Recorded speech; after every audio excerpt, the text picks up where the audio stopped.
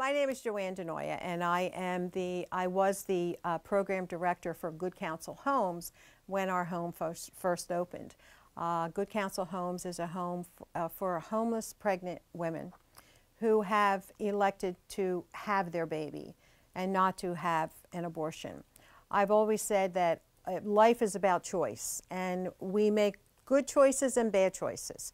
And our mothers are no different, but the most important choice they made was to give life to this gift from God. And they didn't have the support of family for whatever the reason. When they come into our home, we're not naive enough to believe that it's all one-sided, but we also know that it's not our place to judge. God sent them to us for a reason. They were inspired. They wanted to keep this baby. They needed help, and that's why they come to us.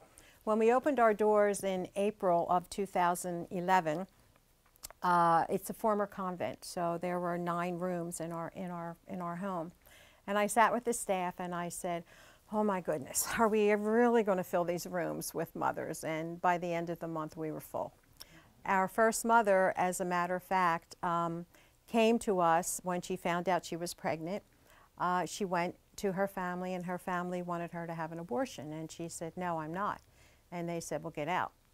And she did. She got out.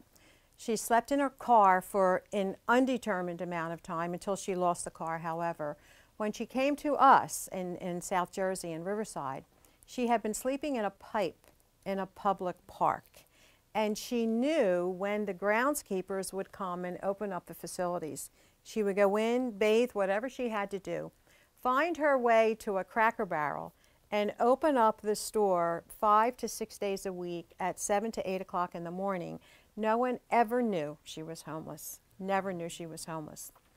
Our second mother came to us, literally was pulled off the abortion line, I may add, down in Cherry Hill. And when she came to us, she had, her little boy was 2, and she was pregnant. And she did not have the support of family, and she didn't think she had an option. But prayerfully, people like yourselves and people that pray outside of the abortion mills said there is an option, there is a choice for you. And they brought her, they called us, they brought her in immediately for an intake, and she remained with us. The little boy was clinging to her leg the entire time that he was there. Within a week, he had the run of the house. He was the man of the house. He was just adorable. Another mother came to us, literally from Philadelphia. Her husband attempted to douse her with gasoline. And when she was released to us from the hospital, I'll never forget her coming in and myself putting my arms around her. And she was just a broken woman. She was frail. She was bones with the pregnancy that was going to be problematic. She's now a nurse in Ohio, and her baby is over a year old now. And the baby was born absolutely with no defects, a beautiful birth weight, everything, and all the reasons that if girls like that are left on their own and they don't have any place to go, then they listen to all these people that are saying the baby's going to be birth defect, the baby's going to be, why don't we abort the baby right now? So they have a choice through Good Counsel Homes. There are 3 homes in New York, and the way Good Counsel Homes started was a young Catholic layman by the name of Christopher Bell approached his priest friend, Father Benedict Rochelle, and said, we have to do somebody has to do something about all these homeless pregnant women in New York. And he turned to him and he said, well, what would you like to do? And that's typical, because when we say to our priests, they say, good, what do you want to do about it? And that's great. Well, the first home opened in the Bronx, and there were 2 other homes. There was one in there was one in Spring Valley. We had one in Staten Island that was closed before the storm and hopefully will reopen. And there's also one in Harrison. Our Harrison home will address the needs of addictive personalities and mentally challenged. We also have a Lumina program which will help mothers who have had abortion to work through all of the mental and the psychological problems that they encounter for the rest of their lives. until they forgive themselves. And we know God forgives them, and they have to give it to God. They have to give it to the Lord, and He will embrace them. So we have our Lumina program that is it's a post-abortive healing process for all of our mothers. When we opened in South Jersey, right now we have 10 mothers. We had room for 9, but we're never full. And we have them sleeping on cots. We have one mother right now sleeping in a cot in our daycare room. We've had mothers sleep in a cot in our chapel. And all of our chapels do have the Blessed Sacrament with Bishop David O'Connell in our New Jersey home. And it's a wonderful place just to see our moms, regardless of what their religious affiliation is, just to go in and pray. Because there's only one God. They may call it all different names, but we're all going to be the same person. And it's important that we help them in their spiritual growth also. We have right now in our home 5 babies, and we have 3 toddlers. 2 toddlers, 2 little 5-year-old boys just came last weekend and the week before, and they will be going to school right in Riverside.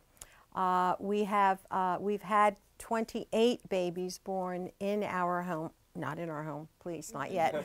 But we've had 28 babies born while our mothers are with us. And through our Exodus program, which is also another program that we work with our moms, once they leave us, we will follow them and work with them for at least a year, for as long as they need help, just to make sure they're still going forward and not taking those little steps back. Many of our moms will come back with their children. They'll come back for holiday dinners with us, Thanksgiving, Christmas. They'll come Easter. So it's wonderful to see them. And many of these, or most of these, are Exodus babies right now, and they're growing. We teach them the skills that they need, so when they leave us, they can create stable environment, a stable living environment for their families, as well as become productive members of society.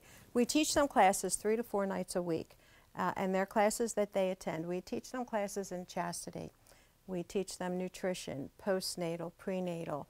We teach them parenting. We have parenting classes.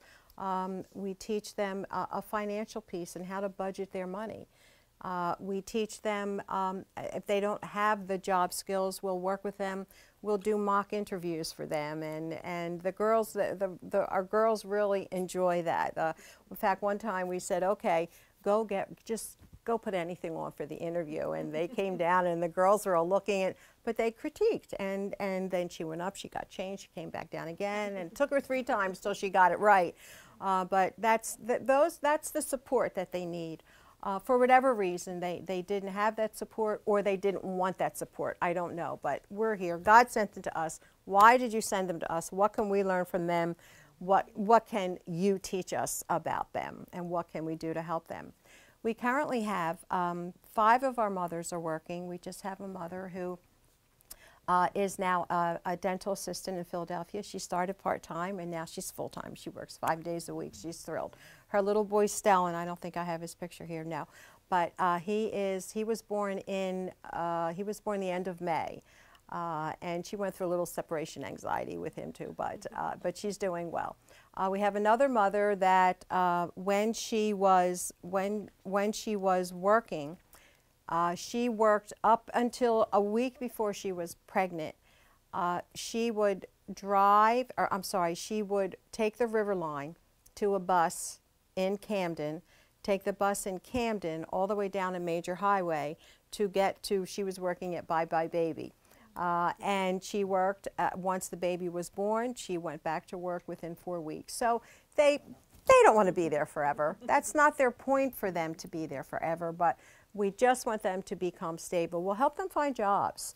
Our other mother is, she's actually working for the Board of Social Services for the state of New Jersey, and for Burlington County, so that was wonderful. We have a mother who just took her real estate license. She's getting ready to take the test. So they're working. That's what we're trying to do with them. So how can you help? How can St. Raphael's Holy Angels help? How can people help in large? First of all, we always have volunteer opportunities. Right now we have 5 babies that need to be rocked. So if you're ever in the area, it didn't take me that long to get here, so you can come and rock our babies. It's wonderful, it's wonderful. You can help us with, we do a baby bottle drive, and what we ask you to do is simply take a baby bottle home and just fill it with spare change, with quarters, nickels, dimes, the dirty pennies that we see that we bend down to pick up, checks, whatever your means allow. Because we are nonprofit. We are not associated with any diocese or any church, although we are supported by both the Camden and the Trenton diocese, very, very much so. But we're all totally nonprofit. It's all private donations. It took Brenda Quinn and Bill Klatt, the founders, or the original fundraisers for Good Counsel, 7 years to raise $500,000. And that's what it takes to run our home, $500,000. So we ask people to take a baby bottle home. You bring it back within a couple of weeks. We also have envelopes. We have remit envelopes also for people maybe in the shore towns, or people that aren't around or don't have the baby bottle, and they can take this and mail it directly back to Good Counsel. We ask you to pray for us. Pray for the success of our mothers, for our mothers that are there, for the mothers that have not yet graced our doors, and come and rock our babies, and that's what Good Counsel is about. And like I said, life is about choice, and we're not all sitting here not without making all the right choices in our lives. Fortunately, I'm sure the choices that we made didn't have the consequences that it did for these mothers, but the most important choice they made was to give life to this beautiful gift of God, and we're here to support them, and your donations will continue to help to do that. And that's all.